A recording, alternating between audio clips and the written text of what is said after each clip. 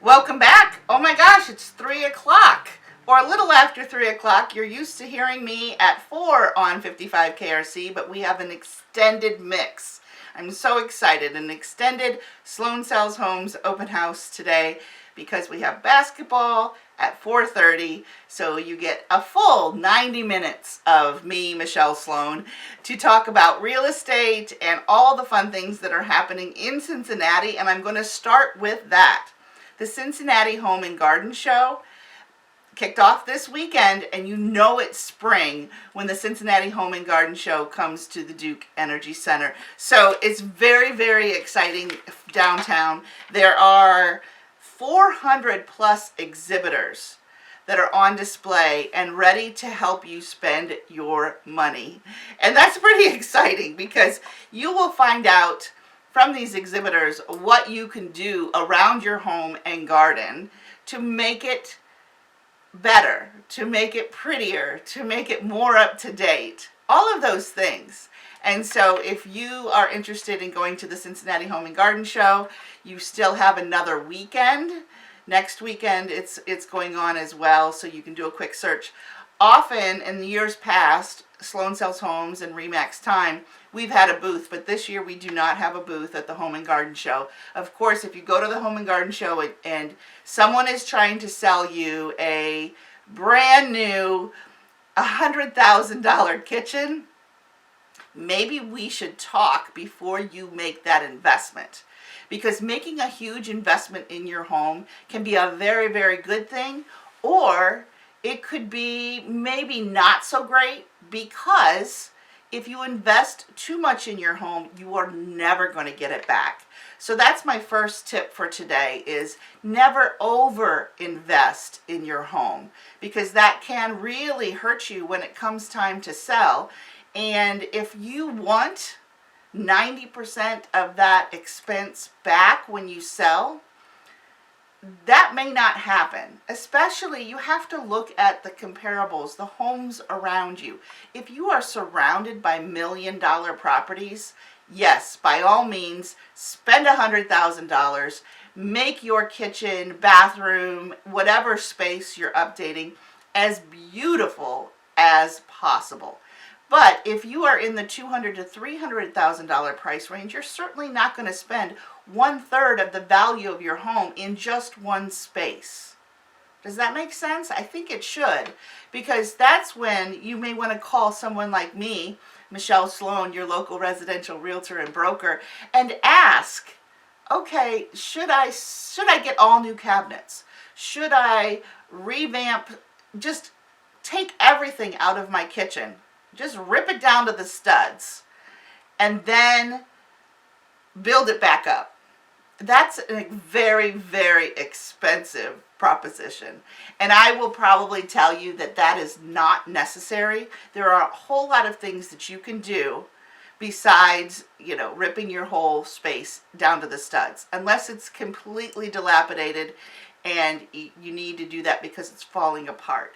Again, there's a lot of reasons, but we have to use our reasoning in order to make decisions when it comes to our home. All right, so let's talk a little bit again about the Home and Garden Show. There are so many things, attractions. The one thing that I love the most about the Cincinnati Home and Garden Show at the, let's see here, that's at the Duke Energy Convention Center, downtown Cincinnati. And if you've never been, I will tell you, and this is not a plug, I don't get paid for talking about this. If you're wondering, I don't. It's just a great way to meet an awful lot of vendors. And so if you want to meet a bunch of vendors and they're looking for your business, there are also a lot of deals to be had if you sign up during the Home and Garden Show.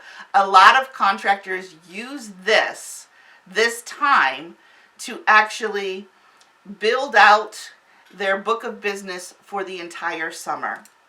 So if you're planning on going next weekend, February 29th through March 3rd, they're open as well during that time. Okay, so if you want to bring the kids, great, you can. Look at the ticket sales on the website, Cincinnati Home and Garden Show. And I will say, wear your walking shoes, because you will walk a lot. I mean, just imagine 400 exhibitors in the entire the floor of the convention center is packed. It's jam-packed. And so it's pretty exciting stuff. My favorite part, and I was about ready to say this, my absolute favorite part is the garden area.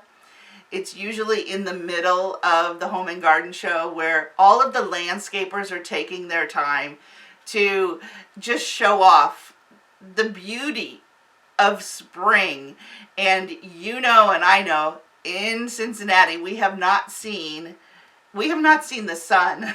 We have not seen blue skies very much in the last couple of months. So if you're interested in just a little sprinkling of spring with flowers and trees that are blooming, you may want to spend a little money, go down and take a look around at the Cincinnati Home and Garden Show. All right, so with that, I'm going to get to really my next topic is all about trends for 2024. And we're going to start in the kitchen. It's interesting that, you know, trends come and go. Color palettes inside of our home come and go. We've had the years, and I will say years, the years of gray.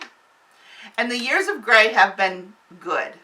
They've been fine. You know, it's been a color that has stood the test of probably the last 10 years. But now, grays are moving more warmer, and we are turning our palette a little bit darker in some instances. We are also turning our palette much, much warmer. In the browns are coming back. The nature colors, the greens and the blues, those are coming back really, really strong. So if you recently updated your kitchen or you bought a new home and you did a white cabinet with white countertops and white flooring and white backsplash, the whole thing, it was white on white on white on white. And it's clean, but right now, after a few years, that becomes a little clinical. It becomes a little cold. And so that clean look, that white on white on white on white, is now, and this, I have some statistics, and this just cracks me up actually. We are moving towards black kitchens, black cabinetry, black countertops, the whole thing. Over the last year, black has become the fastest growing cabinet color, boasting 112% uptick in sales. Would you take your white cabinets, or maybe you have maple cabinets or oak cabinets still, and you were considering painting them white? If you haven't gone ahead and done that, would you consider painting them black instead? Very interesting. The term black kitchens has surged in online searches, receiving more than 40,000 hits on Google and 138 million views on TikTok with the hashtag black kitchens. So we're going from one extreme, the white on white on white on white, to the other extreme, which is black. And I've seen actually some pictures online of black kitchens, and they are very, very expensive looking. They look amazing. But when it comes to black kitchens, you know, you can go overboard. You can really go overboard in the fact that black kitchens can be extremely dark. Duh, of course it can. It can be extremely dark. And the one thing is that you want to know about black kitchens is it's not going to be for everyone. And updating, the trend is black kitchens. Now, a little advice. If you love that idea of a black kitchen, I would suggest maybe if you're going to do the cabinetry, great. But make sure that you have some contrast. That's the same thing with the white on white on white. You want to have some contrast. You want to have a little extra color being brought into the mix so that it's not so dark. If you're going to do black cabinetry, you are going to want some really lighter colored walls, whether you're using, paint. We'll talk about wallpaper in a few minutes, and wallpaper is coming back, and it's a trend that has been happening over the course of the last couple of years. But you want to make sure you have some contrast. So maybe you have black cabinets, but you want the white countertops. Those black and white, that works perfectly. Maybe you want a backsplash that brings in a little bit of color, a little bit of natural stone. That would look absolutely fantastic, beautiful, and it will stand the test of time. We've talked about, don't go too crazy. Don't spend too much money because you may not get it back. If you love it and you're planning to live in your home forever, go for it.